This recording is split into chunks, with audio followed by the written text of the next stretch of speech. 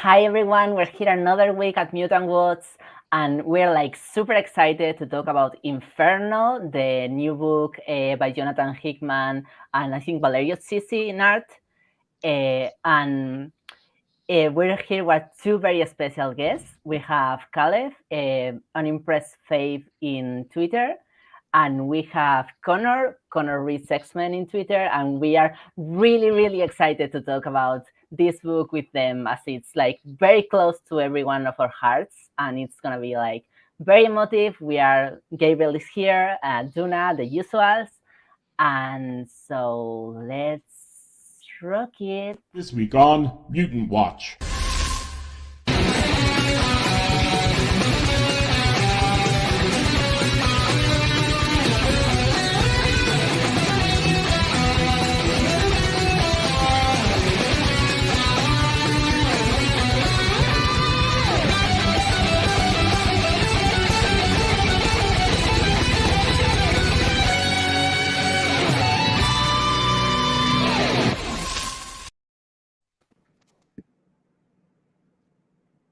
So the first thing that I want to ask you all, and just to get into the mood of this book, is kind of your overall thoughts of what you think this book like was doing or was like trying to do aside from like attacking our emotions, and and yeah, that that would be my first one, just to get into the topic. Cool. I think my overall thoughts on Inferno is that it was completely successful at expanding the politics and kind of the philosophy of a lot of the different mutants on Krakoa right now. I think it did a really good job of expanding the conversation beyond kind of a dichotomy that we've been dealing with for decades of X comics of there's kind of two schools of thought within this community and you align yourself in one of those schools. I think it really brought to the forefront a different type of politic that's always been there. Mystique and Irene have always had their own kind of idea of what mutant liberation looks like. Emma has had her own idea, but I don't think it's ever been brought to the forefront of the conversation in such a clear way. So I think that's what it did most successfully for me, and kind of my main takeaway is just bringing more people, more characters to the conversation now that we've kind of really blown this world wide open. And it was just really fun to see these characters that have been interacting with each other for decades kind of have a new conversation and an updated conversation with one another. So yeah, I think that's kind of my overall non-emotional feeling that I left the book with. Yeah, I mean, I like all of those thoughts. For me, I absolutely adored it. I think once I kind of removed myself from like traditional kind of event mentality of like things are gonna happen, and like just allowed this to be like a story, and we were talking a little bit in like the backstage, but like allowing this to just be the character work, I was in love. I think that outside of Raven and Irene, there's like a lot of I love when Charles gets held to account. that is always like one of my favorite things that happens. So I loved that as well, and I have a lot of thoughts on what that looked like a few different ways. But I think the biggest thing, right? I mean, and I, my background coming to Mutant Watch is as someone who has been and is in the middle of doing this like insane Claremont read through and talking about it and tweeting about it, and a lot of times it's like filtered through like a queer critical theory and looking at queer subtext, and it was just so nice to not have to find subtext, to just have like, look at these badass queer women mutant liberationists / sometimes terrorists. Like, love that. Love like representation. I will take it. And it wasn't something we had to read between the lines to see. Like, it was there for the first time. So when it comes to Inferno, I was a little bit conflicted. when it comes to just Hickman's era, it is such an amazing conclusion. It really ties in all of the broad concepts that he was bringing to the X-Men, all of the themes that he was trying to put in there, and the change of the status quo that he was going for. Unfortunately for me, I am a sucker for like the small continuity and being able to play in this greater world of X-Men that is being built for the past really long time. I can't math right now, but I'm a sucker for that when someone is able to weave in those little things. And as an X-Men story in the greater view of X-Men, I wish he had done better. But taking it away from the decades upon decades of X-Men, as looking at it just as what Hickman was doing with Hickman stories, I think it was a testament to his ability to master the craft. It was amazingly done. The amount of callbacks to Hickman's own works to kind of bring it full circle was incredible. It was enjoyable.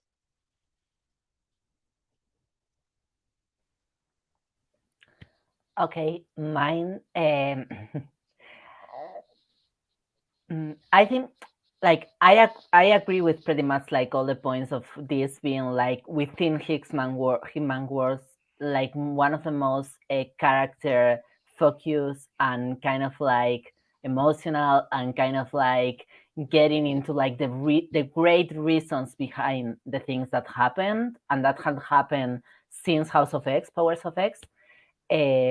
But also just like for me that's like it's impossible to like watch this book without having that center the fact that it's one of the few like queer red retcons. It's not exactly a retcon because that has been retcon like a few years ago, but like one of the few queer like rereadings or like reimaginings of things that have happened that has also like maintained its presence. It's not like Raven and Irene were together, but then one of them dies and whatever, and it's just like that. It's that now they're together again, and they're having like a lot of internal like motivations, and the relationship has like a broader meaning within the context of this universe, and they're like fully fleshed characters. They're not like just there for being like the queer couple. And so for me that was like the main that's my main like takeaway from Inferno, is that I was like so happy to finally see something like this, or to see something like this very central in the next book. But yeah, I agree that it was like a very like Hickman closing his book in a very like big and broad way. And yeah. And I know we are absolutely going to talk a lot about Raven and Irene. Like, obviously we're going to just go on and on. But I do want to say, I know we weren't supposed to talk about emotions, but being able to see this queer couple where they're both alive, and it's not that they get a reunion and then they magically break up an issue later.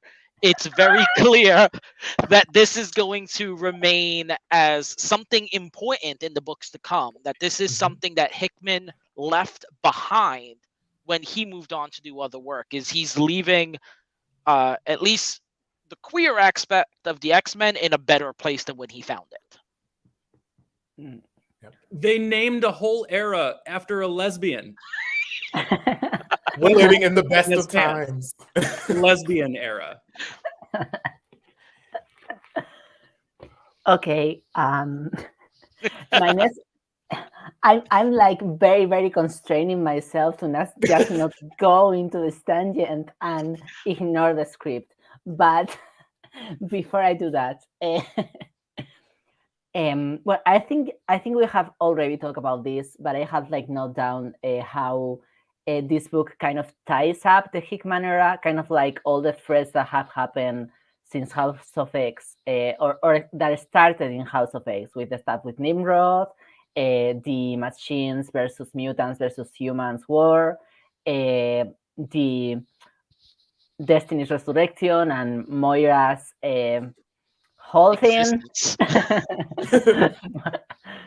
Yeah, that's another point. But And I feel like just asking you all, like, kind of how you see this tidying up of stuff, how you see this have worked for you, like if you feel like there's closure here, because I feel like somewhat conflicted that some things can still go in a lot of directions, but there's like some sense of closure, if that makes sense. I don't know that I feel closure. I mean, like in the context of God, we're gonna keep saying this. In the context of Raven and Irene, absolutely. But in like every other context, you know, it really feels like a ... Like everything kind of feel. I mean, you know, like a new book that's part of a 2 series that are 1 mini series written by Benjamin Percy is like feels like Inferno #5, one of those issues, right? So like there's a lot of it to me that didn't feel I guess like fully closed. And again, like when I think of the character work, I love it. When I think of like the plot, that's where it was a little lacking for me. Because it did feel like we were like going, and then like 1,000 things, the end. And for that way of thinking, I'm not sure that I feel a lot of closure. I actually am the opposite. I feel a lot of closure. And yes, I do agree that the execution got a bit cluttered there for a while.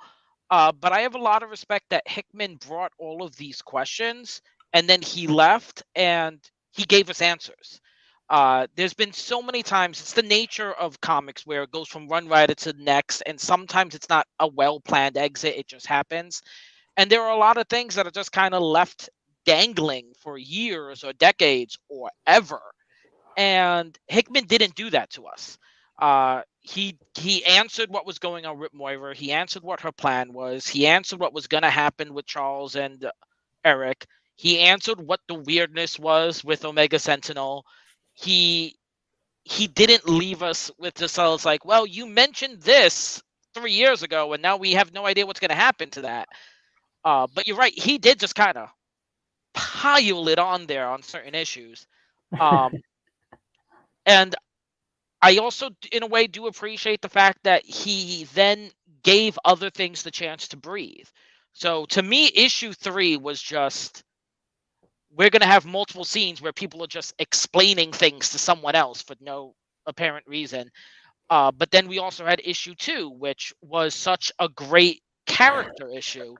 And maybe if Hickman had spread out the info dump a little bit more, we may not have been able to get that the same way we did. So for me, I did feel closure, and yes, it's still ongoing. There's still things of what's next. That's the next writer's problem, not Hickman's. Yeah, I think I fall somewhere in the middle where I think the relationships that have been central to his time on the X books, he put a nice bow on and gave us payoff. So like Raven and Destiny a billion times, yes, and the Moira, that trio, I think we got a really good payoff and some answers there. The whole interplay between Charles and Magneto and Emma, I think we got a good payoff. So I think even Nimrod and Omega Sentinel, I think a lot of those relationships he established at the beginning, he really did a good job kind of putting a bow on it, because who knows if the next writer would even be interested in carrying those kind of conflicts and those character moments past that point. So I think that was really remarkable, even though it did lead to a lot of exposition at points. I think it was worth it just to see where those characters' thoughts and motivations ended up through Hickman's voice. But I do also agree that there's a lot of stuff that he left for new writers or writers that are picking up after him to continue to use and play with. I won't go too far into what's happening now because spoilers, but I think there's a lot of stuff where a writer could choose to pick up immediately after Inferno and tell some really awesome stories, or leave it dangling for a year or two until someone who really cares about that story wants to come back and finish it or tell their version of it. So I think that's kind of the feeling I'm left with it most at the end of his era. It's just everything is an addition to. I don't feel like anything got pulled off the board, which is really nice for once, leaving an event with more tools in the toolbox and not less. I feel like that speaks to like the meta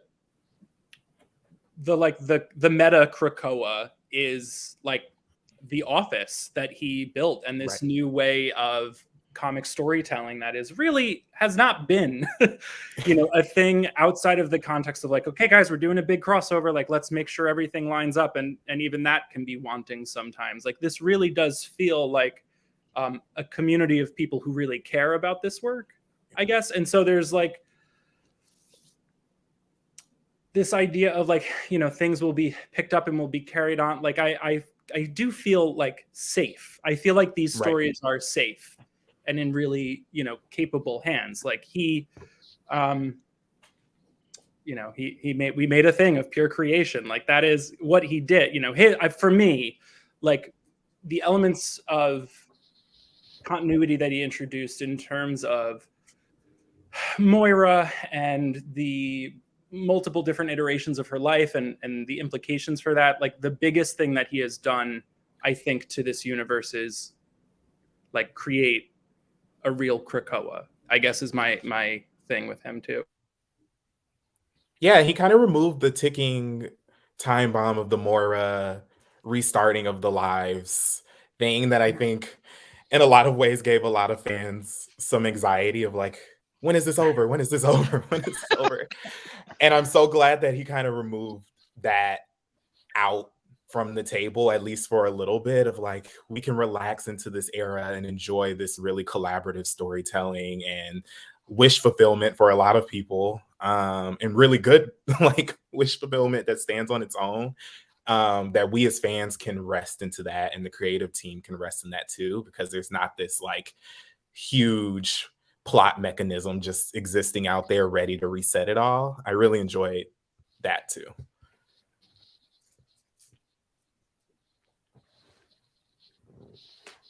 Okay, now I feel like the best way to now talk about this book is like to divide into the different things that happen, the different things that change, and the different characters and what happens with each of them, or with each couple of them. And so, translation, how much can we talk about before we get to Raven and Irene? Got it. Exactly. Yeah, I feel like that's the main part, the main course. So, okay, where do you all want? If you want to start with Raven and Irene, we can start with Raven and Irene.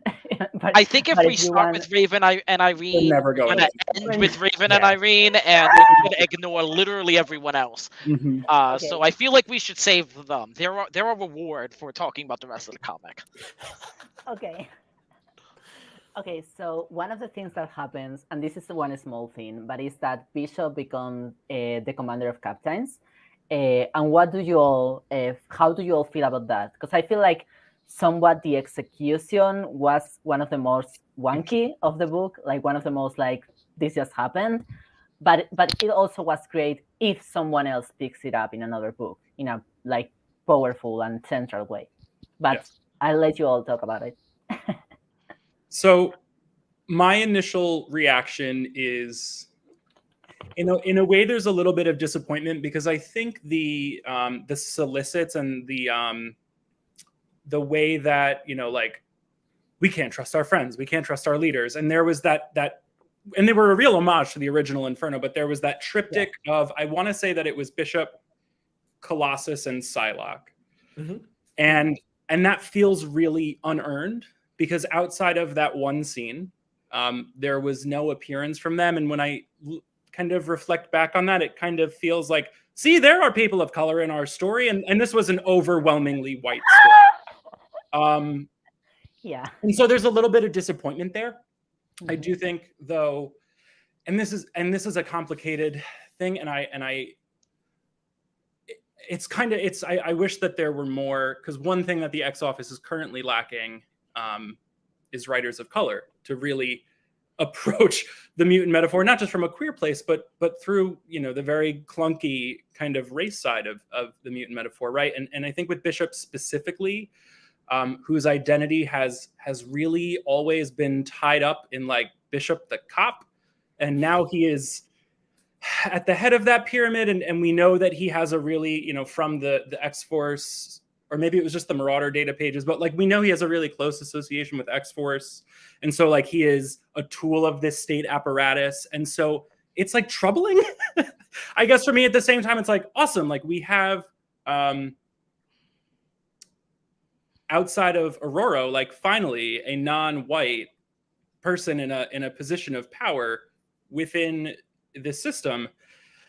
But I'm also like, this feels like a really touchy and nuanced area, and I just hope that the execution can kind of, they can stick the landing, I guess. I don't know. For me, it wasn't enough for me to have an opinion. Like it was just like, hey, Bishop and Psylocke are going to be important. Bye. And I kind of wish there was more, but also I'm okay that there wasn't, because would it have been handled well? We'll never know. So it's kind of a, we'll see what happens, and then I'll form an opinion on it. When it comes to the solicitation, like you were mentioning, where it's like, can we trust them? And it was Psylocke and Bishop and Colossus, and we know Psylocke has been consistently up to shady things, and now we know Colossus is up to shady things, and then there's Bishop, who's just been like floating around the ocean, and it's I kind of want more. So maybe we'll get it, maybe we won't. And to be completely honest, my absolute first thought when they announced it was like, are we completely over the baby hunting? Like, are we done with that? Because I'm okay with being done with that. I would like it to be mentioned a little bit more that, hey, he's better now. He's not gonna hunt babies anymore. I mean, this is an era that found a way to rehab John Greycoat. True. Excuse me. And so I feel like maybe there's a lot of work to There's a lot of room. Someone is rehabbing Bishop, I hope. Yeah. I think I feel pretty similarly, where it felt like, I don't want to say a mandate, but it felt like maybe a suggestion was made that the book couldn't be the 5 core characters that got, or 5 or 6 core characters that got a lot of shining moments. You couldn't have 4 or 5 issues of them talking with one another without opening it to the broader world. So we kind of got this commander moment. I think the feeling they were trying to invoke would have come out of me a little more if he was the one who got the council seat, because that comes with a confirmed next appearance with Immortal X-Men and more stories and more opportunities for him to get stories in this era and really define what his character is like in this new era. Whereas the Commanders, like we've all said, is kind of just this big open-ended question. And it's been a thing that we keep hearing about, and it pops up randomly like, hey, do you remember the Commanders are out there? But it hasn't been anything that's actually fleshed beyond that. So yeah, I think I would have had that big triumphant moment that we were supposed to have if he was the one who walked onto the council instead of Colossus, to be honest. But I'm hoping that it leads to something, and it may just be one of those other threads that Hickman has left behind, of if there's someone who's really passionate about telling that story, it's waiting for them. I know that there was conversation about, as the news kind of broke that he was preparing to leave the X office, and X Twitter collectively lost its damn mind. And then there were like a lot of these like almost damage control interviews where everyone's like, it's okay, we knew this was going to happen, this has been planned. And he sat with us and he figured out a lot of stories to come. And so I have to wonder, a lot of these kind of trailing ends in Inferno, like how many of them are Hickman's ideas and how many are kind of seeds that the rest of the room was like, hey, could you just kind of introduce this? Yeah. Inferno, can you kind of build up to this next bit? Because it's not just, he didn't sit down and say, these are the next years of stories. He said, where do we take Krakoa after I leave? So it was collaborative. I feel like there had to have been some kind of reverse informing happening there. Who knows? They're both on Marauders now. So maybe that is the kind of, that's something that'll be investigated in that book. We don't know, but by itself, like we've all kind of mentioned, it felt just a little underwhelming. I even wondered if they would come back to do like a big splash page battle or something, just anything to kind of tie them back in. But it was really, it was that one and done. So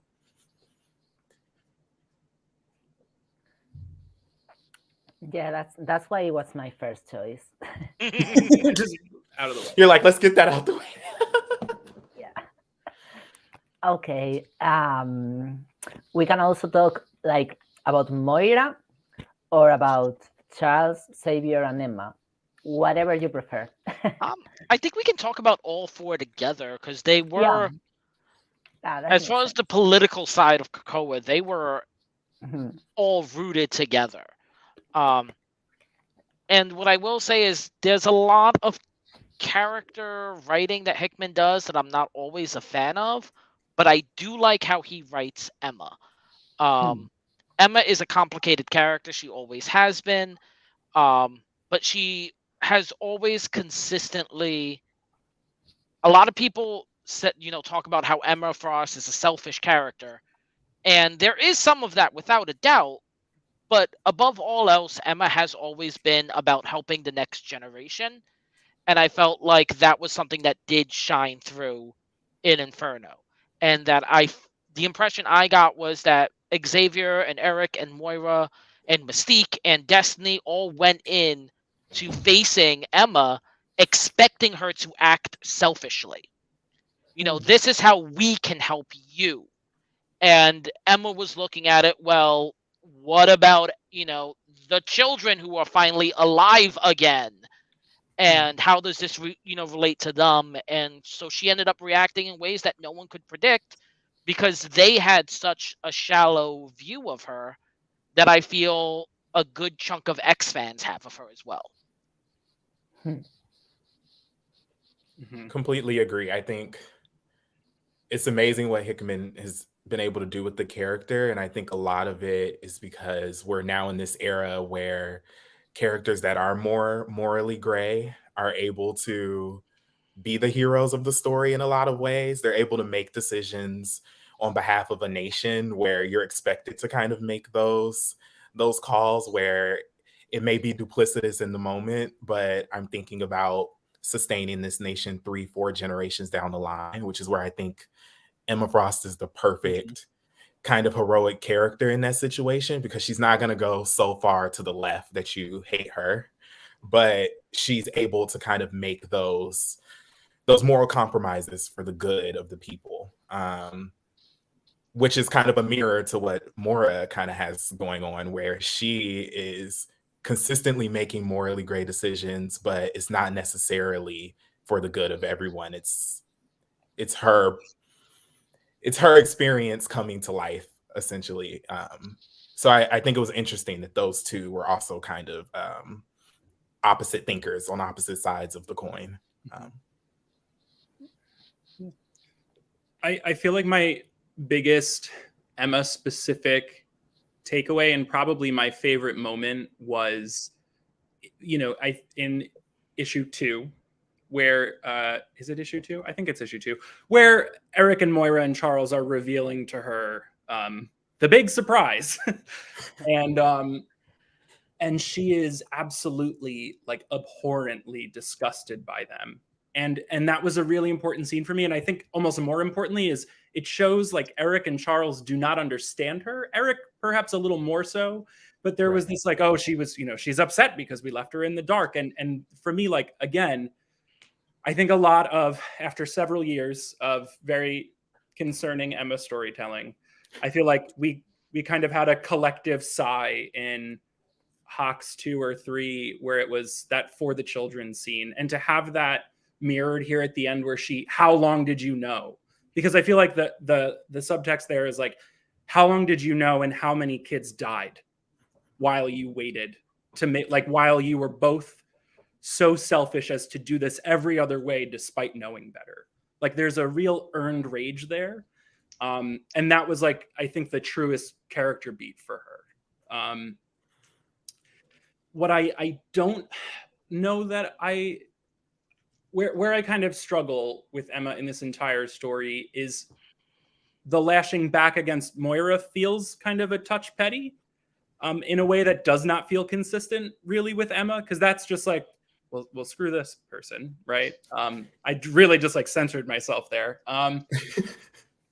And so I really struggle. I'm sorry. You know what? I'm going to wait to take it to the place of the mutant gun. I'm going to pause. Let it go there. I have strong thoughts about that, and I don't want to derail. I feel like the mutant gun is a topic all of itself. Yeah. Yep. What I will also say, because in regards to Charles and Eric, I absolutely love that they got what was coming to them, because Charles Xavier is a freaking villain, and I will shout that from the rooftops. He is creepy, he is controlling, he is closed off to anyone that is not him, and I am so glad that him and his ugly helmet got the crap beat out of him, and then woke up to having lost most of his power. And that was a bit of a catharsis for me, I must say, because I was hoping that's how Hickman would end his era, because it's kind of been, we've seen, not just in Hickman's books, but in other books as well, people kind of pushing back against him, despite him having most of the power, and it was nice to see him. Yeah.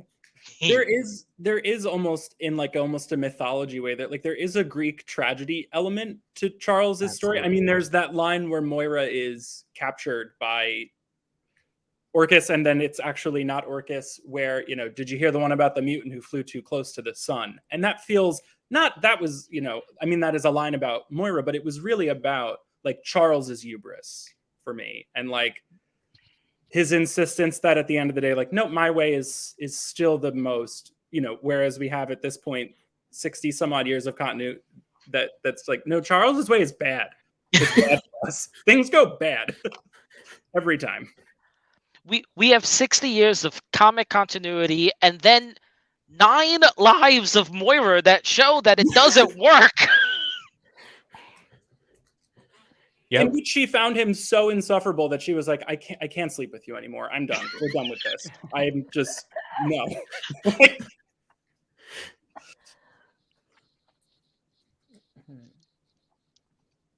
Yeah, I agree what you all said about Emma pretty much. I think she came in a lot of parts of this book a lot as like the character that was really thinking about others, versus kind of like Charles and Eric having this big like our world, like this big like this is our nation, this is our ideals, and they came a little bit less like concerned with like people like in a more humane way. And I feel like that's like a character trait, especially of Xavier, but also a little bit of Eric, of Magneto sometimes, that comes up, and that also kind of ties them a little bit together. I like the scene in which they both lie. Me too, Duna. Me too. Okay. Let me explain. No, it's just period. Nope, the end. You had it right the first time. All right, guys, thanks for watching. We're headed because I like how like they're close, like how they're like tied to each other and to their vision, and how they think they are above everything because of that, and how that explodes in their face, and kind of like the later consequences of that when they both bring back, and the council has changed as a result of everything that has happened. And I think that was like a very powerful moment. Also because it also felt kind of queer, because they're dying, but they're like very worried about each other, and I can't help but read that. Like that's they are. Charles is awful. I love Eric so much. He's one of my favorite characters. But they are like objectively like a cute couple. Like, I just like the vibe. I do, to Eric's credit though, where I find that his ideal is more closer to, you know, like the Krakoa we've arrived at, is Moira's like, yep, I need you to completely erase and get rid of Destiny, or just kill her. And he puts his foot down and is like, I won't do that. Yeah. Like, I have done a lot of things to get to this point, but like, I am not killing another mutant for that to happen. There's a real,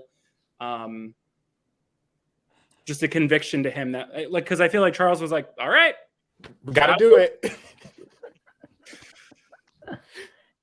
Yeah, I feel like their difference also got highlighted, but their difference are pretty much like a big part of their tension and their agreements. Like they come together within their difference. Like Krakoa is kind of like the vision of coming together within their difference, and I like how this book made Krakoa kind of bigger than them. By the end, I like that idea that it made like something out of their hands, because it started pretty much about like this tension between these two characters that have very different visions, but a deep love for all mutants and each other. And yeah, I like how you keep saying tension when I feel like what you're meaning is this romance, and now they had a baby who is all grown up and doing better than both of them. That's really it. Thank you, Gregor. The one thing, and I don't know if we were going to be talking about Omega Sentinel in a bit, but particularly in that final fight, as someone who loves the character of Omega Sentinel and who is a real sucker for continuity, it felt like such a missed opportunity.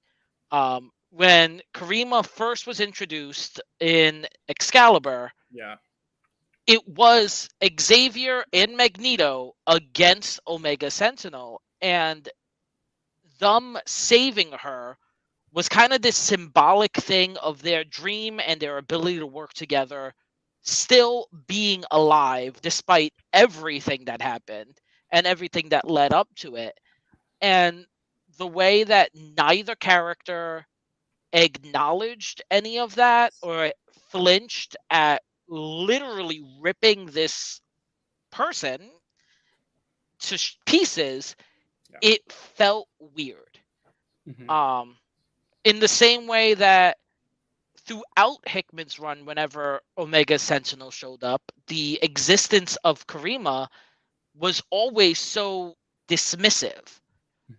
When Nightcrawler runs into her, he acknowledges that they know each other, but is completely unbothered by the fact that she's a villain.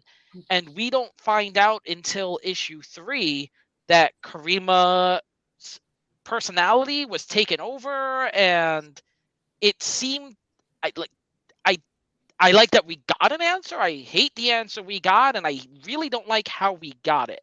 And especially when you, like you were saying, Connor, when putting in the frame of this is a story about a bunch of white people, Karima is the only central person of color involved in Inferno, and she's one, red, and two, has apparently never been there throughout the entirety of Hickman's run.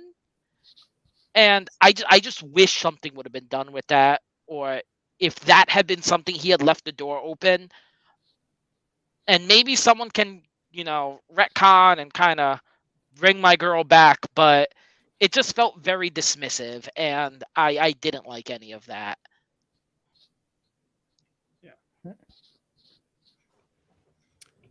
Yes, all of that. I think there's just a real, but at the same time, there is kind of an incredible dread that is like built around the character, I guess, and this kind of like, this idea they always win, we always lose, like that. No matter what happens, like Karima's Sentinel programming wins. The machines always win. So there is a real symmetry there that is unfortunate because it comes at the expense of an otherwise great character. My thing with I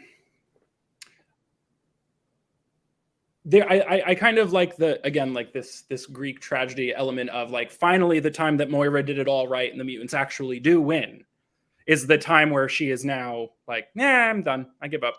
So there is that piece. For For me, though, I get, and this happened actually a lot in Claremont's New Mutants around the time the book was handed over to Simonson, where the New Mutants would see a future version of themselves and they were bad people. And they were the heads of these like oppressive regimes, right? And it played to a specific fear in minority politic, that is the idea that, well, if we ever create an equal power differential, they'll take that power and then oppress us. And it's used as justification to keep all of these marginalized subgroups like in their place. And I don't like that the ultimate, like the future conclusion of Krakoa is like, and they'll oppress people too. Because that's where the metaphor just stops working, because it does play into that like superstition. I really, hypocrisy that like this is what always happens. And I don't like that kind of cuts against what Krakoa has meant to a lot of marginalized readers.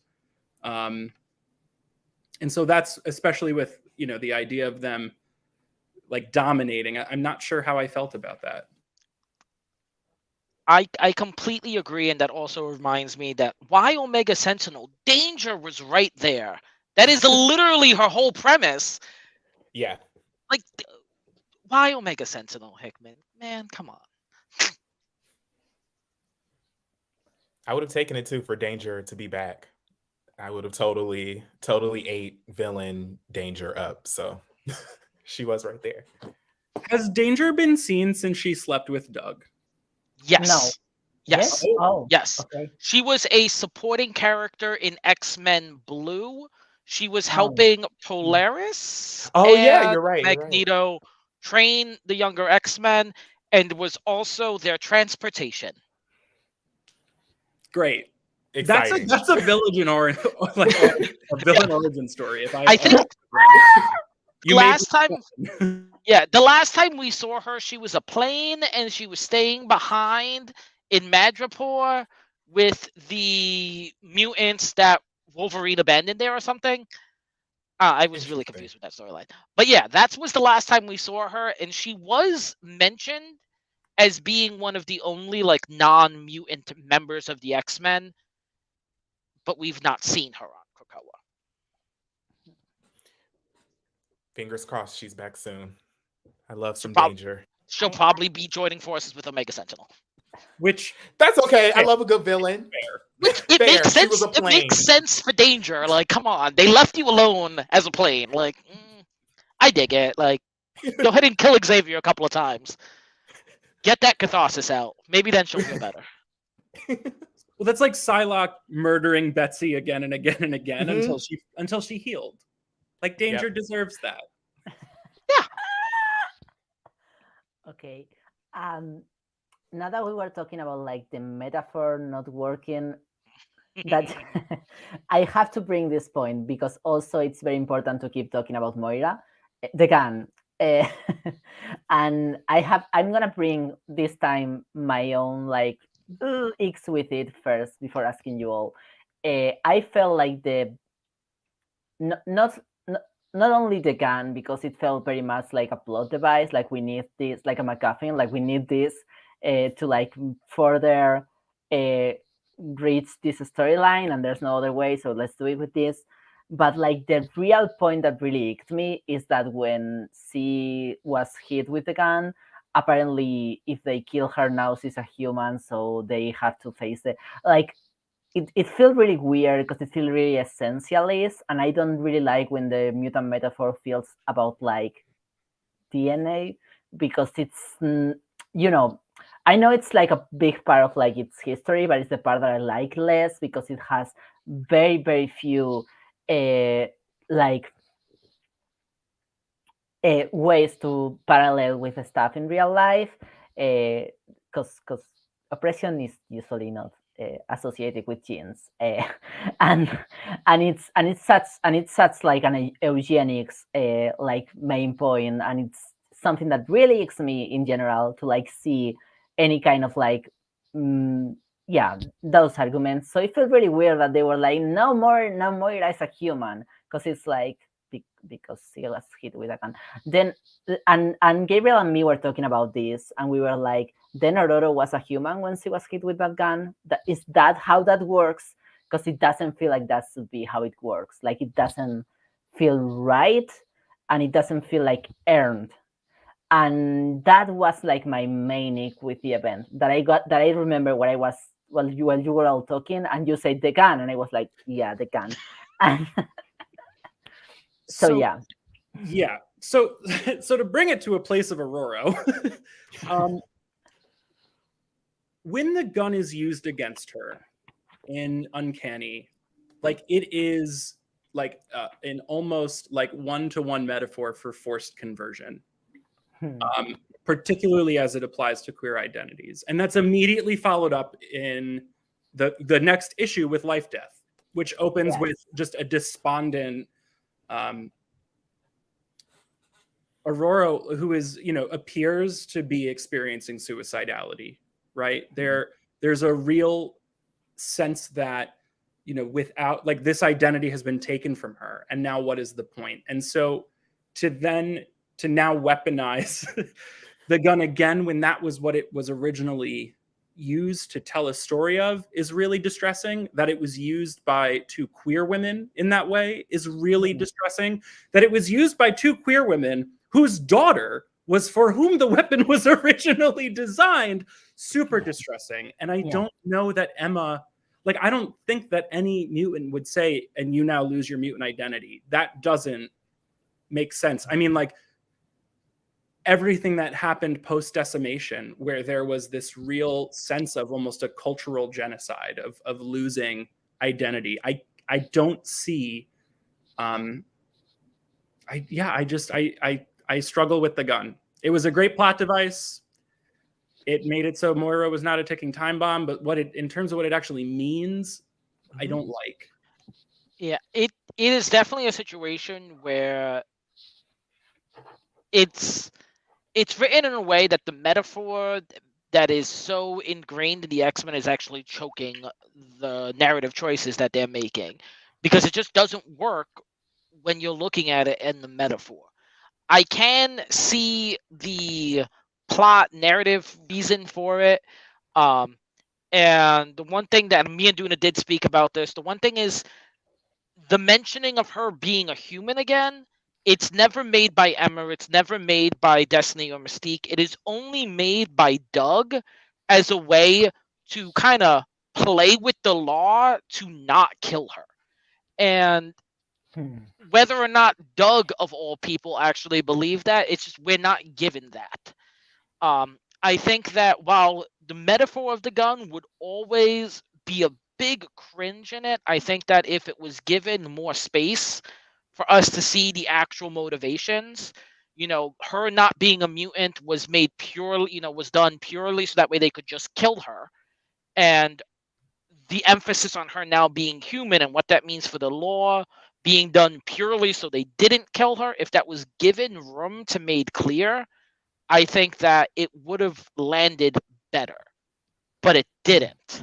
We just kind of got like, bam, you don't have powers. You're a human. Shoot, we can't kill you. Run. You're exiled. Like the part where they say you're exiled, like it just got on my nerves. Yeah.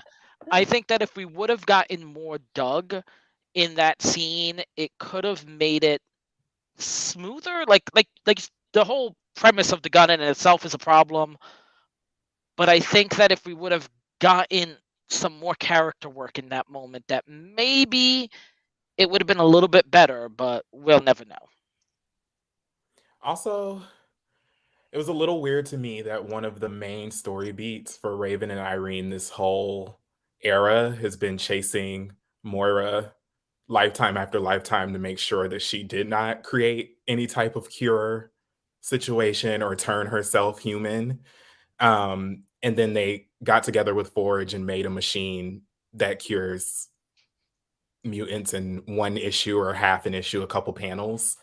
So while I stand by my earlier statement of I think it'll serve the books going forward of not having this huge plot device that could unravel it all at whatever moment, I also think, like you all are saying, it needed it doesn't work in general, but if you're going to use it, it needed more time to breathe for a lot of the characters' motivations. Why would Emma, of all people, have this gun or have this gun created? Why would Raven and Irene, who have been very anti being human or turning yourself into a human, use this gun? It needed more character motivation behind the whole decision. I remember reading it the first time and I like gasped out loud because I just couldn't believe that the gun was the thing, the moment. Yeah, I think it needed more time. And also, the whole I'm a sucker for continuity. The gun is the one continuity that he pulled, but also, yeah, it was also we were spent more time being told how horrible the gun was rather than feeling how horrible the gun was. And it was like they just monologued about how bad it was without acknowledging if it's so bad, like, didn't Forge have to make a new one? Didn't he spend decades, like literal decades, trying to make amends for making the first gun? And it was a choice that was made. Yeah. And also, didn't we have a whole miniseries, with the decimation, and now it's all fine because Scarlet Witch made up for it, and now they can bring everyone back, and like, can't they just do that with Moira, like, if they really wanted to? Yeah. I feel like that's one of those questions where, like, please don't ask it. Like, we can't. Like, there are certain times where everything just falls apart under like the teeniest bit of scrutiny, and I feel like they're like, don't ask about it. Just don't. Yeah, just don't think about it too much. Nope. Okay. I think we only have like Doug left, and then we can go with Raven and Irene. So you said Doug? Yes. Okay. I will start off, and I spoke to Duna about this, and I am so upset. Like, who the hell gave these artists the right to make Doug so hot in that last issue? Like, what was that? I am so angry. Like, why? Just him swinging the door open, like, hey. Can't. And then they have the final scene, and it's just Doug like lounging in like a power pose in the tree, and I'm like, who gave you the right? I don't like this. It's Doug.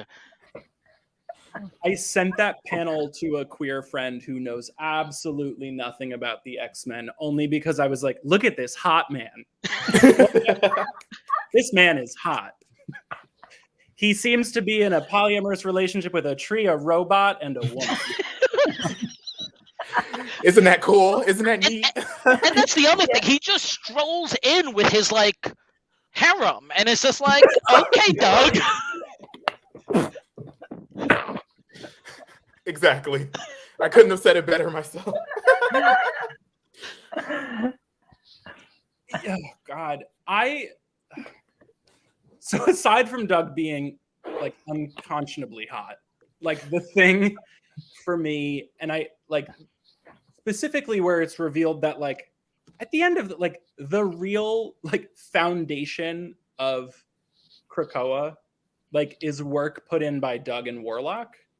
I absolutely love that. Because it's another perspective on, or another kind of queer dyad, because there is like a real queerness to their relationship in when they were both alive, and it just got gayer now that they're back.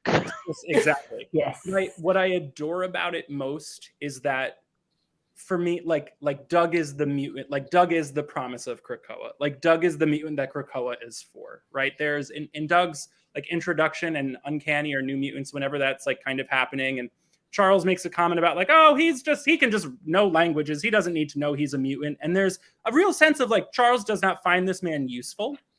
He does not care about this teenager's well-being because of that.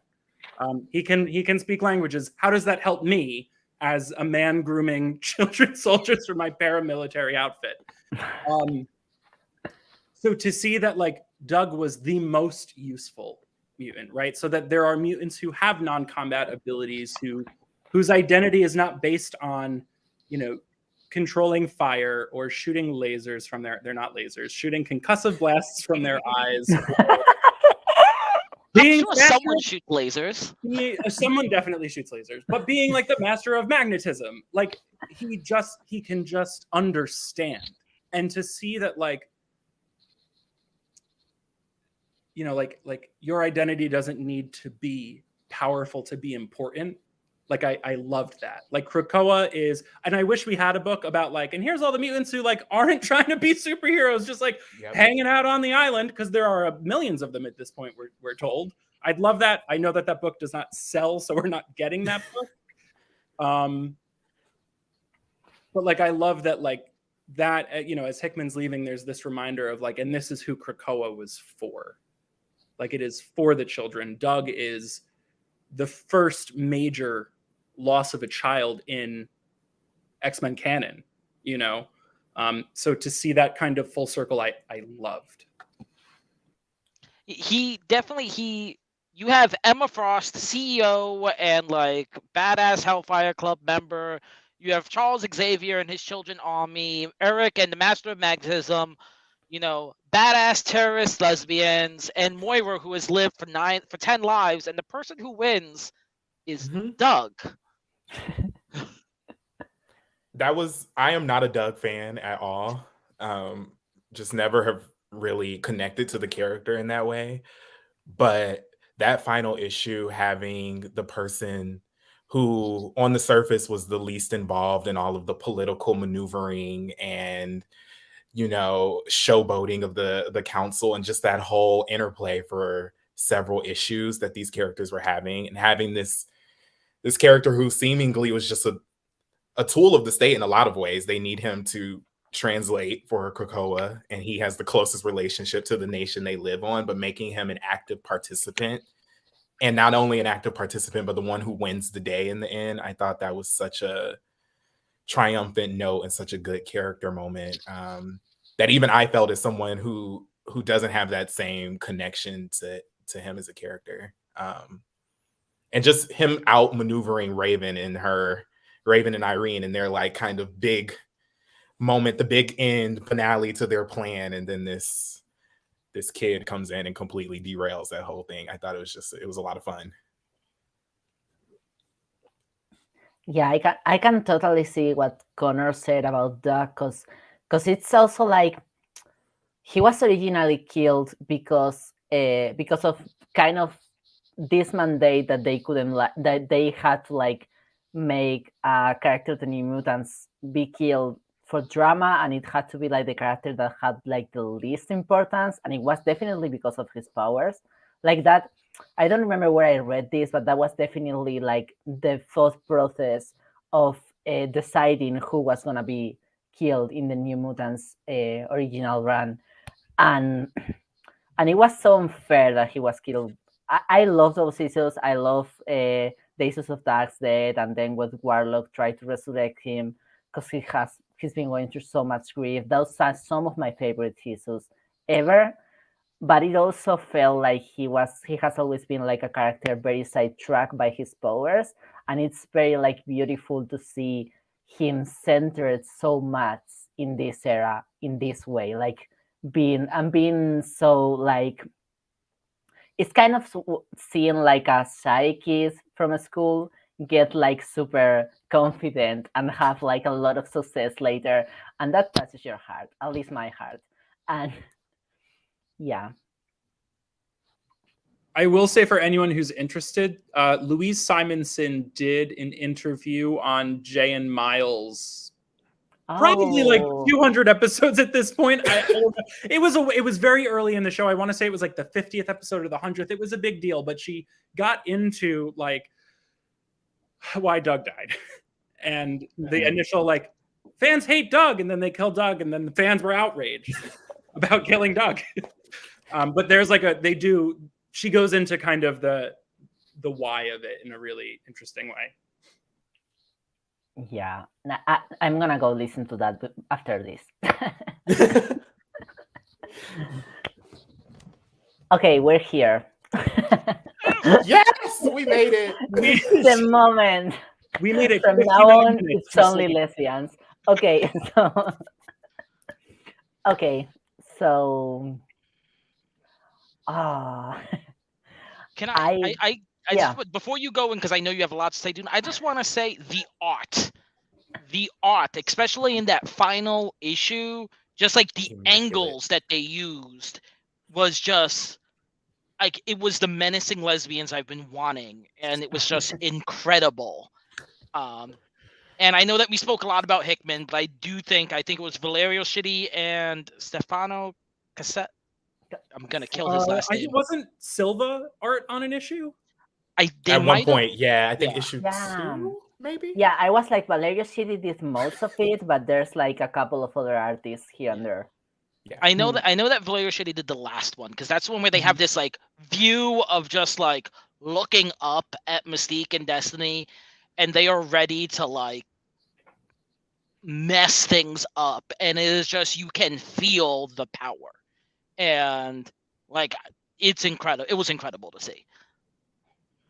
Consistently through the Destiny Mystique interrogating / threatening Moira thing that they did a couple times never failed to excite me, and it was just the menace that you're talking about that they were able through several different artists to convey in these two women, and just like the seriousness of having these two powerful women chase you across time and across your lifetime. Like they really sold that in the art and in the way that even Hickman wrote it. It was impressive. Some of my favorite stuff. I don't know that Destiny has ever been terrifying. Terrifying. Absolutely terrifying. Just there's just something really unnerving about someone at the time who was like biologically like 90 years old, sitting with her legs daintily crossed, like, and now I'm gonna burn you alive. With your reflection in her mask. Which is its own like, and this is your destiny looking back at you, is and that amazing. that happens a few times, because it happens with Charles and Eric too, when she sits at the council. And I love that we just got Destiny coming back, just reading everyone to filth everywhere she went, every time, every opportunity she could, just the sass, like just like RIP the Cuckoos, they got dragged. I'll miss them. I feel like we just got them back. They were the first mutants resurrected on Krakoa. I don't know why, but they were. And Destiny murdered them. And when she said to Xavier, I'm gonna tell you how this is gonna go. Do you still want to make that vote? Really? That whole issue when she walks down the steps after Raven introduces her, and you have that moment of the two of them looking at their reflection in her mask, just chills. Some of the best, some of the best moments I've ever experienced, like as a comic book reader, like being happy and excited to be reading it in the moment. It was just amazing stuff. And let me say that I found it mostly, like what you all say was terrifying, for me was mostly terrifyingly hot.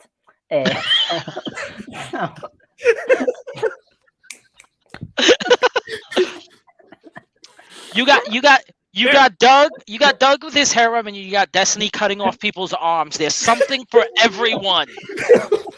There is a story for everybody in Krakoa, for sure. There was a piece for every queer, but yes. Okay. I will ask you all similar things, but I'm gonna go and say that the way that Mystique, because now I'm gonna talk mostly about the second issue. I think the second issue is the one in which Mystique goes to greater lengths to bring her back and kind of makes herself pass as Xavier, and then Magneto, and then Magneto and Xavier, and all of these things to bring Destiny back. And it was like, for me, the scene in which they both like reconnect, and there's like there's this moment where they talk about like the first week this happened, the second week, and there's a moment in which Mystique is like crying because she has changed so much, as she has gone through so much before like meeting Destiny again, and a lot of that was also because she thought, like, because she knew she would get Irene back, and this is something that has like been foresaw with in like other runs before. I'm thinking about Wolverines. There's like a lot of like issues of how they can be together again, and it doesn't happen. Like it doesn't happen again and again. So it's kind of like this big like trauma and big like queer drama that never gets, and we get it resolved.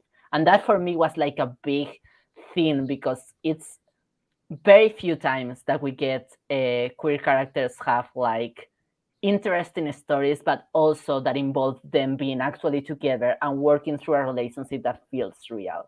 And this reunion felt so real. I was like amazed and at how much these pages and this story like called to me, and I was like, I really believe that they had to go through 4 weeks of hell to like bring back their relationship, their what they wanted to see in the world, their goal for all the people that they wanted to survive and that they wanted to thrive. And it feels pretty much like a story of like like those two queer women having like the survival of other queer people in their like internal sense of self. Like we have to do this for each other and for everyone that is like us.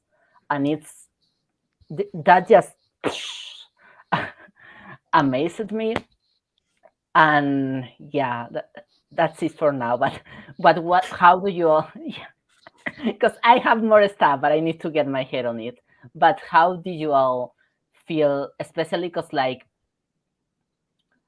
I feel like that it was very powerful the way that Destiny was brought back and the way that they feed onto themselves. Like I feel like they're not like, because they have been like painted as villains so much, like, and with that rightly so, because like Mystic even like worked for the government for shady reasons, like rightly so. They have a lot of traits that we associate with like villainy, but in this book, I feel like they're way more complex, like way more complex. And it's great not only that they're back together, but that they're not back together to be like the queer coded villains couple. That's not what's happening here. It's way more complex, and I love that.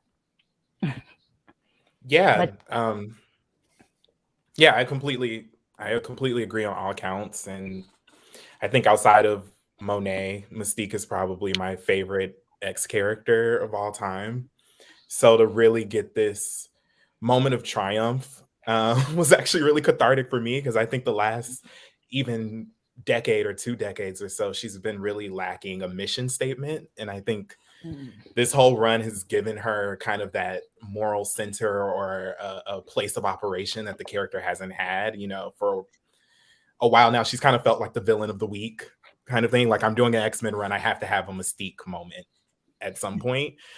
But this is the first time in a long time where I felt like from the moment she comes on panel in this era, she has a mission, and it's to get her wife back. And they establish early on that it's not her friend or her, whatever that she wants back. She wants the woman that she loves more than anything back, to experience, not only to get the relationship back, but to be a part of this project that's going on. We're bringing everyone else back. Why not my wife too? So I think it just added a focus to the character that I really appreciated, and to see it actually come into fruition and to have Destiny come back at such a crucial time too, where she was able to help her wife save the day in a lot of ways and really push Krakoa in a brighter direction.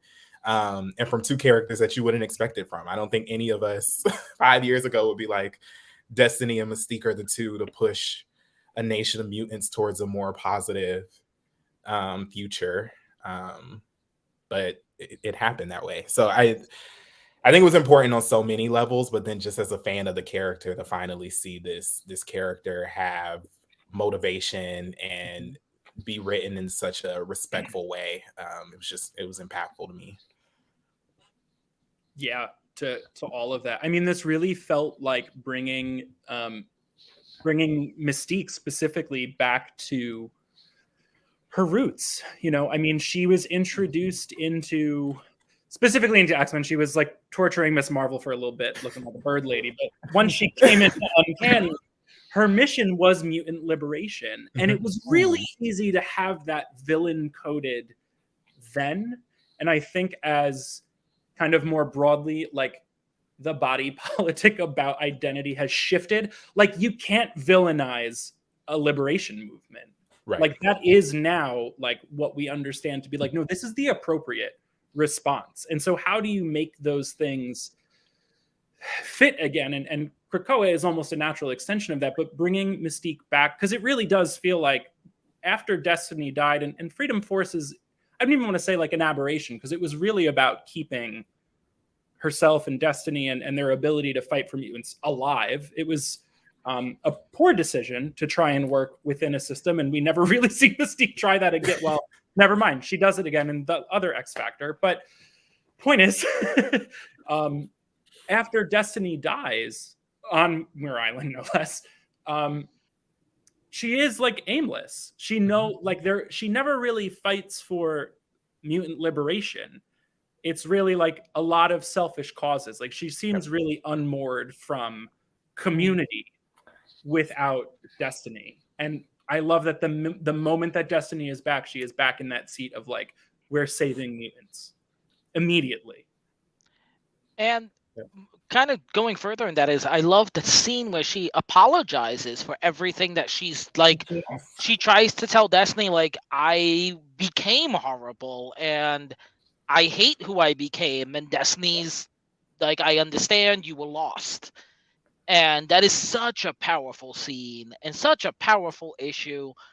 And such a well done issue. Even looking in the the running comics, like the way it fits in, and Mystique took advantage of everything that was going on in Trial of Magneto. It actually fits in perfectly with those issues, and that's how she did what she did. And it was such a well done issue that, honestly, if getting Mystique and Destiny as the forefront of the X comics was the only thing Hickman left behind, I'd be okay with it.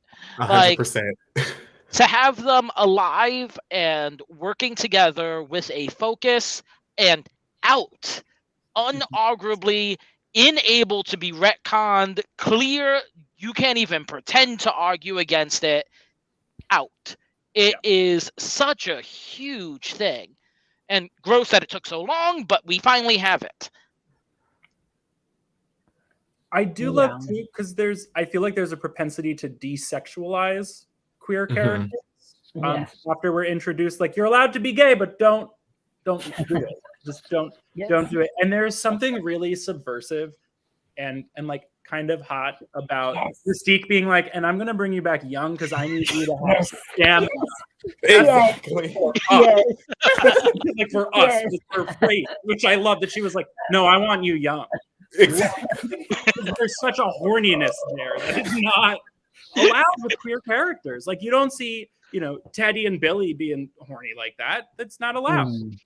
But they sure were. Yes. Oh. that phase that we've been talking about with them, like first week, that page is something that I swear I'm gonna put in my wall, because it's like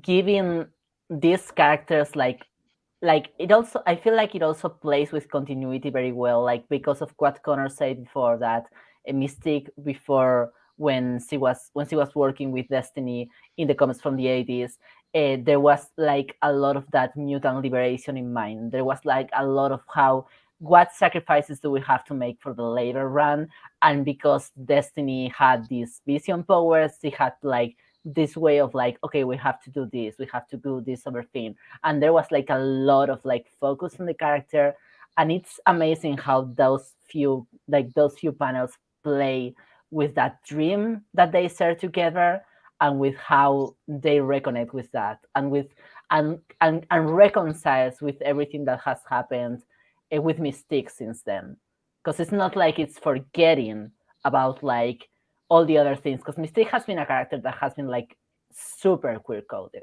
Like she's one of the most complicated characters to have like a canon queer character, because she has done like so much bad stuff, like so much.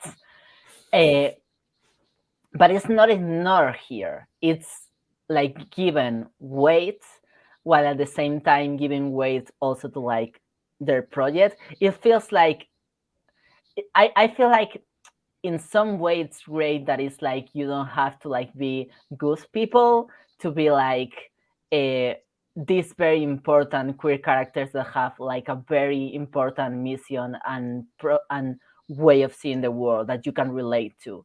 You don't have to be perfect for that. And yeah, that and the thing about like bringing her down, and I like all of that, because I like that it's like being explicitly sometimes sexual, sometimes messy, sometimes, because it's something that we don't get as much, and when we get it, it's almost always villains, just villains, like clarify villains, and it's not what's happening here. So, yeah, and sorry, go ahead, Connor. No, go for it. You go. I was just gonna say, to your point, actually, the same way I think Krakoa is for Doug, I think Krakoa is for characters like Raven and Irene, who suffered these huge losses, and like we've been talking about, the loss of Destiny pushed Raven in a lot of ways into this really dark, chaotic, combative place that she's been in for years now, in this very lost space, and that they were able to create this community that, you know, really supported even Raven in a way that, you know, maybe she, you know, that she wasn't able to vocalize or really illustrate beyond, I need to get my wife back. And then it happened and it clicked for her, and she suddenly fits within this bigger picture of Krakoa. She can still be antagonistic, but she fits within the patchwork a little better now that she has this other half of her here to kind of give her guidance. They're back to that mutant liberation space that's not as combative to the idea of Krakoa anymore. So I like that too, of continuing that mission statement of this is a space not only for heroes, but also for the people that have done us harm in the past, and how can we create a restorative space?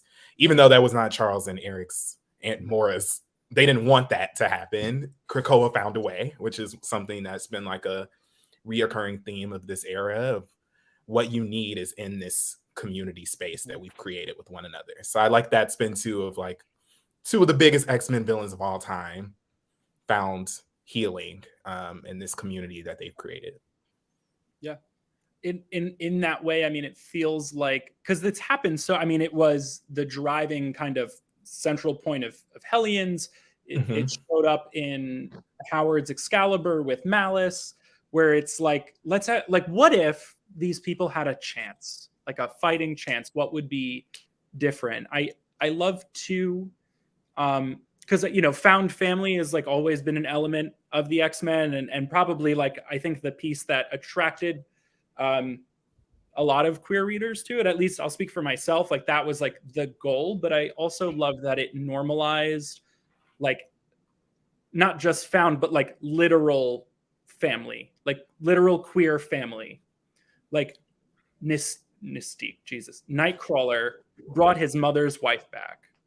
Like there was attention paid to like, this is a queer family.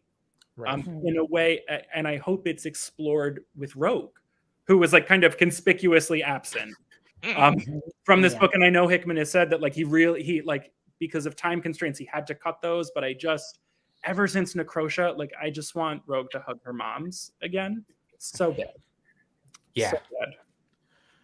But I'm glad Mystique's, I'm so lost that I'm going to sleep with Bobby Drake era is the darkest of times. Yeah. That's how you know. Like, For both of them. She was lost, okay?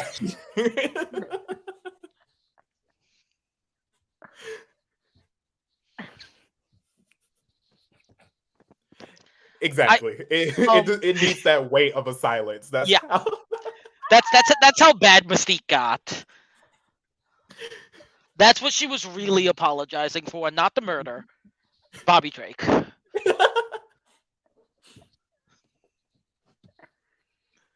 Yeah. But kind of going off the point you were making, that like it's Krakoa is giving us this age of like, what if they were given a chance to heal? What if they were given a chance?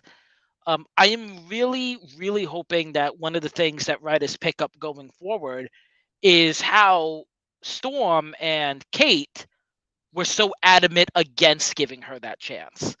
That, you know, you have literally a villain on every team. Like, you have Kate, floating the seven seas with Pyro and sitting next to Sinister, but Destiny, the person who can literally see the future and probably would be useful to have around. Let's just stick with the people who set other people on fire. They're the ones we want in our life. And I hope that they push on that in Immortal X-Men. How rigid against the second chance when that's what Krakoa is founded on. I would love to see like them get a little pushback on that.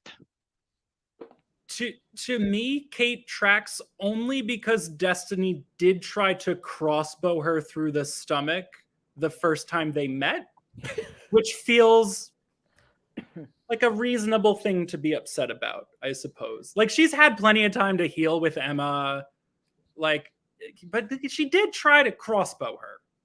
So Fair. I mean, Destiny's probably not the only person that tried to crossbow Kate, though. Like, I feel like there's probably a line. Also fair. She dressed very colorful at several points. She made a perfect target. I mean, fair. Yeah.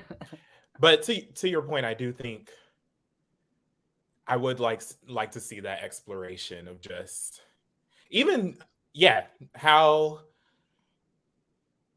do we prioritize and deprioritize resurrections? What merits kind of a council vote on it?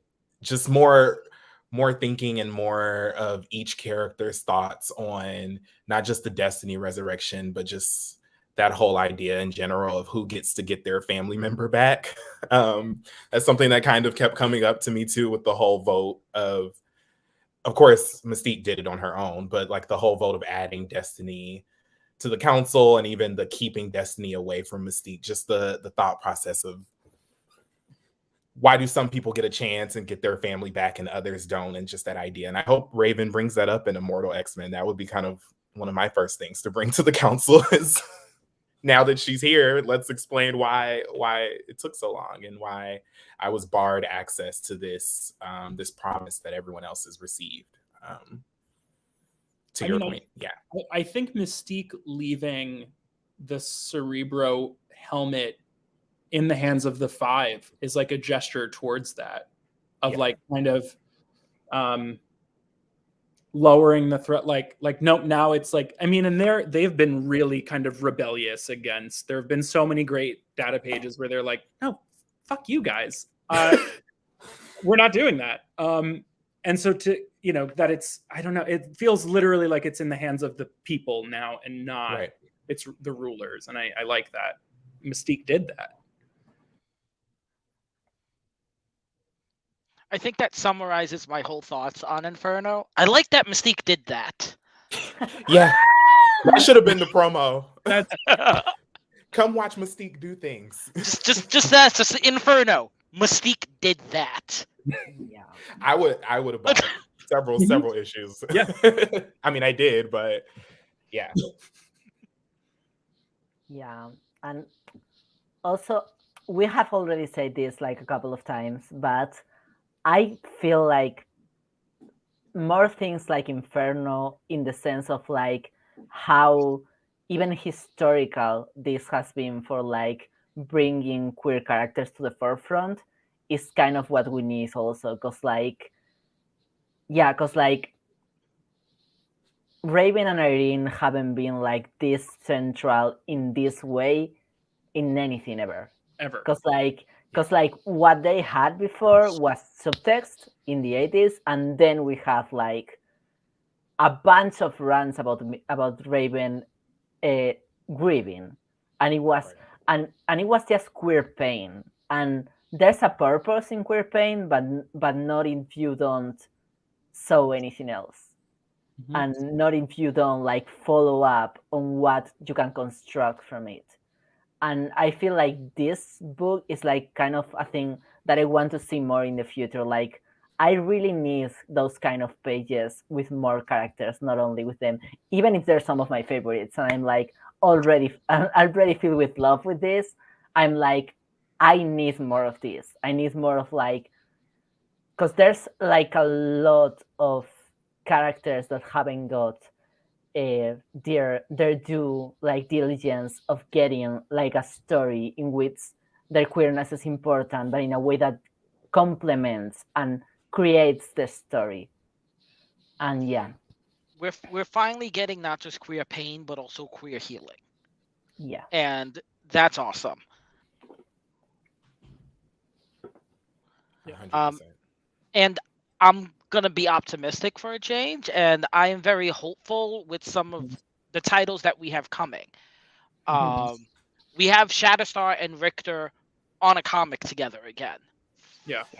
Fucking finally. We have the whole concept of Somnus. yes. Oh, Somnus, yeah. The chaotically queer new Marauder. Yes. That is just Yes, like the whole boat that's just like queer people and Bishop. and Aurora. Yeah. The gays and Aurora take on the great like And so like it seems like we're finally getting that option to be able to see like exactly what you were saying, Duna, where it's like queerness, it's part of it because it's part of queer people. And with queer people on the panel, there's no avoiding that, but it's not about, hey, let's poke this wound for 30 years. It's finally seeing it more than just that. Yeah. Yes. I remember that when we wrapped our first Inferno discussion, you had verbalized kind of like a specific anxiety about like, is this just going to be another book about queer trauma? And I think like I was like pleasantly caught off guard by the fact that it wasn't. Same. Yep. Unless you count like Eric and Charles, but like Fuck Eric. deserve a little bit. Yeah. Also, now that you mentioned that, how do you all feel like this related somewhat to the Inferno original event, if in any way? Because I have struggled with like why did they name it that, other than it being like this catastrophic thing that could happen. Like I could see like the whole like mutant versus human versus machine being like the driving force to have some relationship to the original Inferno in the way that it classes different worlds, and that changes fundamentally some characters. But that's the only thing that I could find, and I'm interested, especially if in Connor, if you have like. I don't know that I see it connected like at all, really, which is hilarious. Not hilarious, but it's like we're on the cusp of Vita, and I am so excited for them to write this story. Yes. I know. Okay. I'm gonna bring you back when we have that story like finished. Like So love that. Girls, they're back. Okay. Well, one was for those listening, Virajala is gonna do an arc in New Mutants that is about Ileana and Madeline Pryor. So that definitely is gonna tie to the original Inferno. But staying on point. Yeah. In terms of this Inferno, outside of like, and if they don't bring me back, burn it all down. Idea, like I don't know thematically that there's a lot of resonance, or like I feel like I'd have to like really like work really hard to make a connection, and then I think it stops being meaningful at that point. I do like though because I feel that Trial was similar in this way. Like there is an homage being paid to that era of storytelling. Like there, if it's only a name only, like it is still connecting the X-Men to their history in a way that is important, I guess. But also, sadly, again, like Mystique, she did that. Like that book isn't gonna sell. Like I almost want, like this could have easily been like Mystique 1 through 4, volume 3 or whatever it would be. Easily could have been that. And I think, you know, like the marketing piece is probably one of the only reasons that it wasn't. Like, you know, Inferno is one of the most beloved. You know, if you're an X-Men, you know about the fucking Inferno, you know, like, you know. So it's like, I feel like that's kind of a piece too.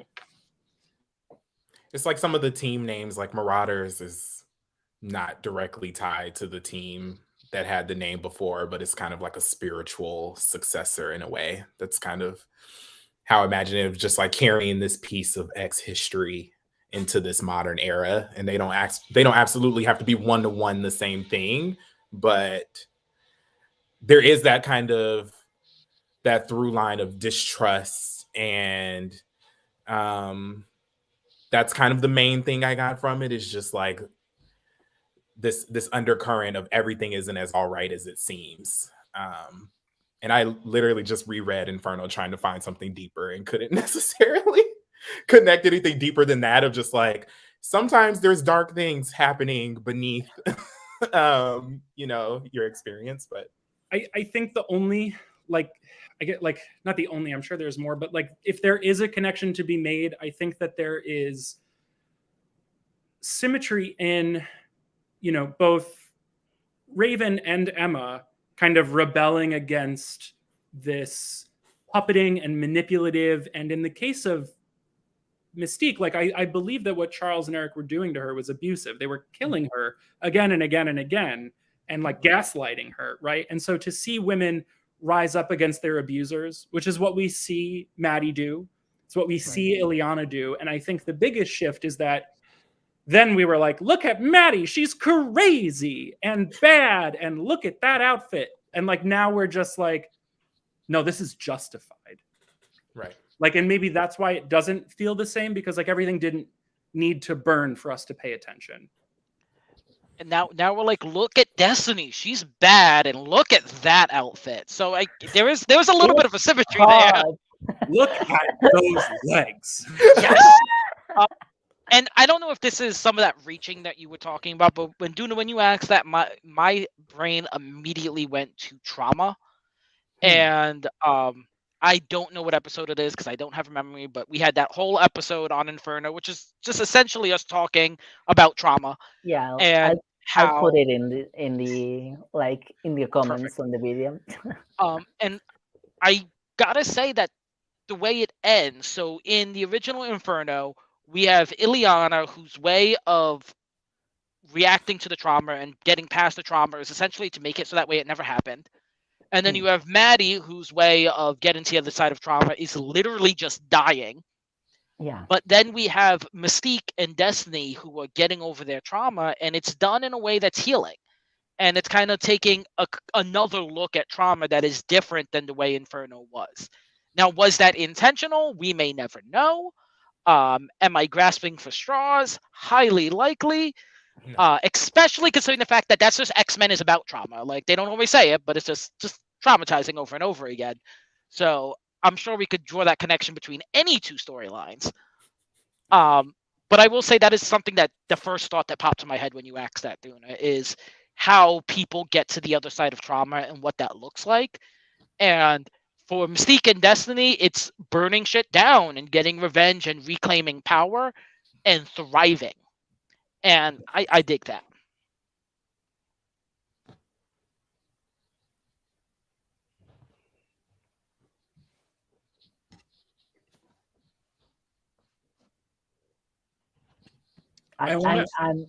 Say. No, I'm like kind of curious. I want to know, I guess, what you guys thought about those last few pages. You know, I guess, like, you know, Krakoa is like reborn in a way, but it's It's like also like very the same, and I'm gonna read it because I really like how it was written. It's very poetic. One moment. So it's, we made a thing, an act of pure creation, an act of desperation to once and for all save our people, all of them. The nation's founders, the always faithful, the trustworthy, the innocent children, their broken keepers, the heroes, the villains, the killers, the liars, and the true believers. Krakoa was created to last, to endure the end times, built on hope paid in full, and able to withstand any force that would rise against it.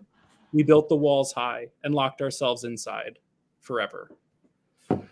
I have goosebumps reading that, but like I get like that.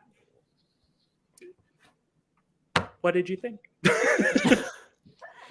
I also love that page because I think it made explicit this idea that's also a through line of X-Men comics, same as like the through line of how you respond and grapple with trauma. I think another through line is that everyone in community, in minority spaces, has a role to play, and that you need everyone's viewpoints, you need everyone's experiences to build a greater whole. And I think that ending really illustrated that it's the dichotomy that we've kind of been talking about throughout this episode of there is no true good or evil. There's just players in this community who all are informed by their experiences. And then I also just enjoy the idea of power is now not held with any one person. It's held with all of these representatives of the different voices in Krakoa. You know, Emma shares Moira's lives with the council, who are in a way representatives of each little community within the broader whole. So I think it just illustrated and made clear something that's always been a part of this mythos of just, you can't have two men in their way of thought centering the whole community. You need to invite everyone into the table, into the space. So it's just a really poetic way of illustrating that. Yeah, loved it. I loved it as well. I love the concept of Krakoa. I think it is a great change on the status quo. But I was always, and it might be just my disdain for Charles, but I was never a fan of the actual execution. It's like, hey, we're all in this together as long as we're still following Charles and Eric's lead. And I think that this is the best result for when Destiny told Mystique to burn it all down. Yeah. She didn't burn down Krakoa, but she did burn down the chokehold that Charles and Eric had on Krakoa. And in a way, she also burned down the council. They are fractured in a way they weren't before. And I can't take credit for noticing this in the art, but even the way that like Kate and Emma are now distant in the art, and there's that fracture there, and just the way that the council is left, it is nowhere near what it was when it was formed. Yeah. And that last line, and we like kept it ourselves inside, or like the last line kind of calls to some of the issues, some of the problems that appear with like painting something like this as an utopian project, which is like the isolationism or the like kind of talks to some of the problems that maybe other writers can talk about more in the future. Yeah. Which speaks to things that we have been talking through the episode. Like there's maybe a need for more like diversity in the writer's room to tackle specifically those type of issues, because that's not easy. And that is not like a simple answer to that.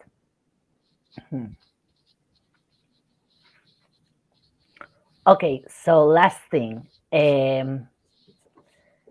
If there's something that you all felt was missing in the event, and also what do you want or what do you feel like this needs to develop in the future? I know there's some stuff that is already happening in Death of Wolverine. I don't know if it was in the Death of the Life one of the two. Yeah. And with Moira and in the death. In the And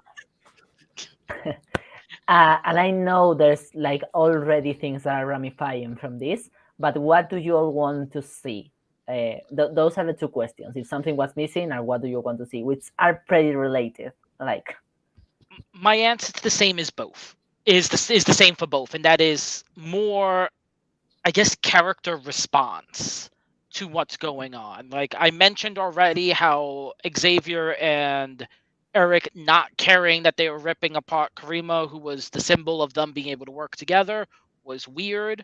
The way that Doug, we barely saw any reaction to the fact that Moira was alive, the fact that she almost died, the fact that he exiled her, and like Moira had a significant role in Doug's life before people started dying, and all of that was lost. And that is something that I feel has been missing a lot in Krakoa. Is like some writers have been doing good with bringing it up, and like when Wind Dancer came back to life in Leah Williams' X Factor, that was so perfectly done because it acknowledged all of her relationships. But for the most part, I feel like that's something that's been missing in the Krakoan era, and I really want us to find that again. X-Men is a found family, and it's a huge family, but we're not seeing much of that. So I really hope they pick that back up again, and we get to see the more emotional weight of these character relationships. Yeah, I think for me, the same way that the queer relationship of, Raven and Irene kind of are the center of this story. I would like to, of course, have more characters of color to be central voices. I think Inferno really established that, like, Xavier, Moira, Emma, Charles, these are like the central voices of Krakoa. Like, if you boil everything down, these are the 5 or 6 characters whose thoughts and feelings on this project really matter. And I would love to see more characters of color in that same space. Like, I would love to see Aurora more of a part. She's been a part of a lot of these stories, a lot of X-Men history. I would love to see more of her thoughts and her politic surrounding all of this. And then the other thing is just more young mutants. I would love to see some Academy X or some Gen X love in there. I love Doug. I think was the perfect Lens character in that way, but it would have been nice to get some other generations of X characters in there and see the ways they would push back against Charles and Eric, or even Emma. Emma speaks a lot of the children in Inferno, and it would have been nice to see her interact with some of them and kind of get that moment. And then in terms of going forward, I'm not someone who really likes to plot out the future. I like to just live in it and get excited about it. But I think the thing I'm most excited that they've already said will spin out of this is Immortal X-Men. Because something I've been wanting from day one is just to know what the council is thinking about anything. We see them vote all the time, but we don't really get to see their back and forth or what motivates them, which is why I didn't mind that one exposition heavy issue of Inferno, because at least we got to see Mystique talk to almost all of them and get some of that, thought process on why they were making their vote. So I'm looking forward to a book that's dedicated to that whole experience. I'm someone who personally can read talking heads forever and be content. So yeah, I think that's what I'm most excited for. Yeah, if Immortal X-Men at bare minimum is just like recordings of like a town council meeting, I'll still buy it every month. Happily. Immortal X-Men is about to be the C-SPAN of Krakoa. That's it. I'm so excited. So ready for that.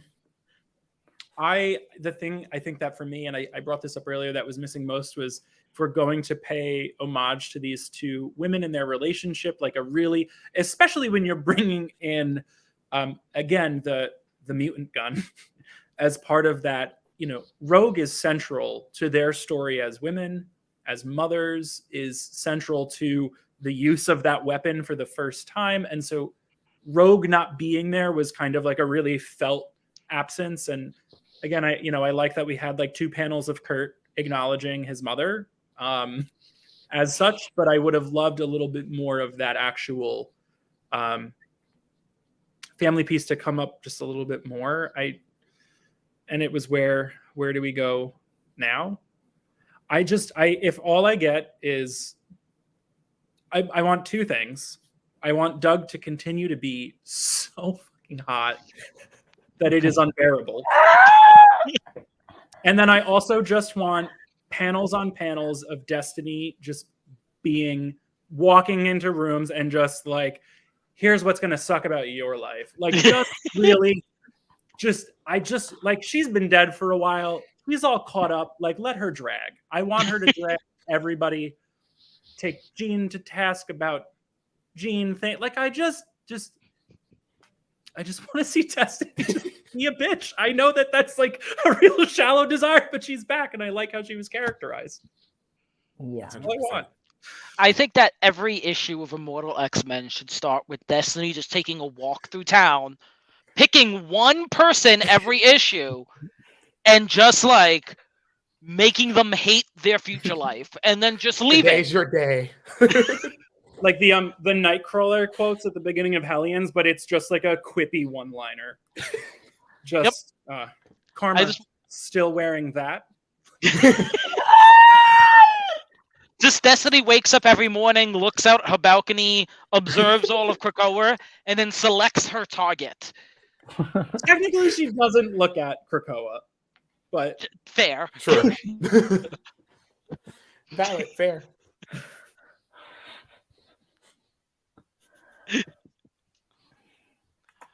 Duna, what about you? Oh, you didn't answer. Yeah, that happens with me sometimes.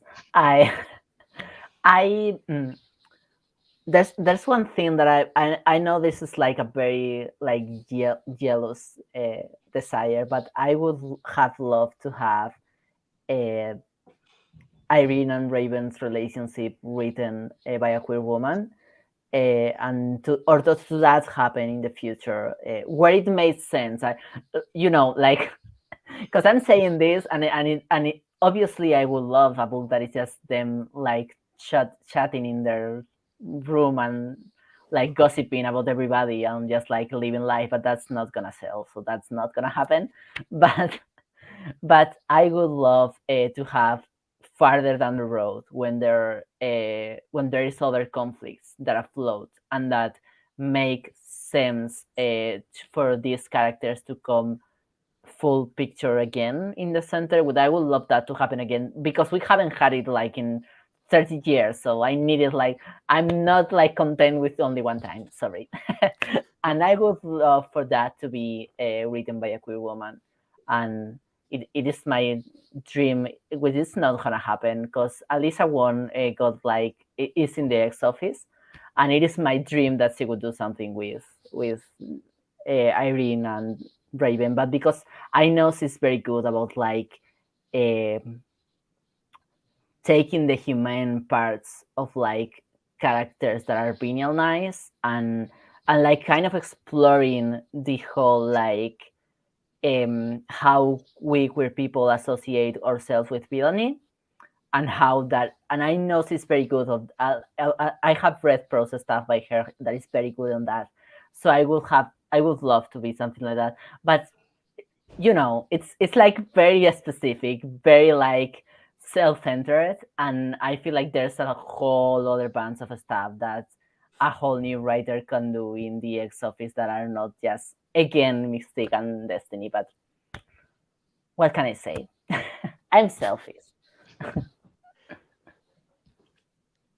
God. But yeah. Okay. I think we covered everything. Yep. I think so. We got the highlights. We did. For sure.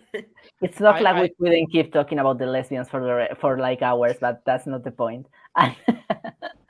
They were only half the show. I mean, they could have had more. Yeah, I feel the same. Like, we were very disciplined. We did good. Yes. Proud of us. Proud of us as a unit. proud of us as a council. And Yes. okay, so thank you so much, Caleb and Connor, for coming. This was great. Like, it was amazing, and I will make sure to like hit you both back when I have something that I feel like runs in your area. Like, Connor, we will talk when the whole Liliana run, Liliana and Maddie run, And Maddie. Maddie. Don't forget Maddie. And Okay. just like the first Inferno episode, Maddie will have like 10 or 15 minutes, and then just the Ileana hour is what will happen. That we will talk for that, and I will let you both know that I'm so happy to have you both here and to have had you here today, and this was great. Thank you so much. Yeah, thank you. I had so much fun. Mm-hmm. I love to be back, and I loved to talk about lesbians. It was a delight. Yes. Above all. As a lesbian, I agree. Okay, that's the perfect way to end this. Bye.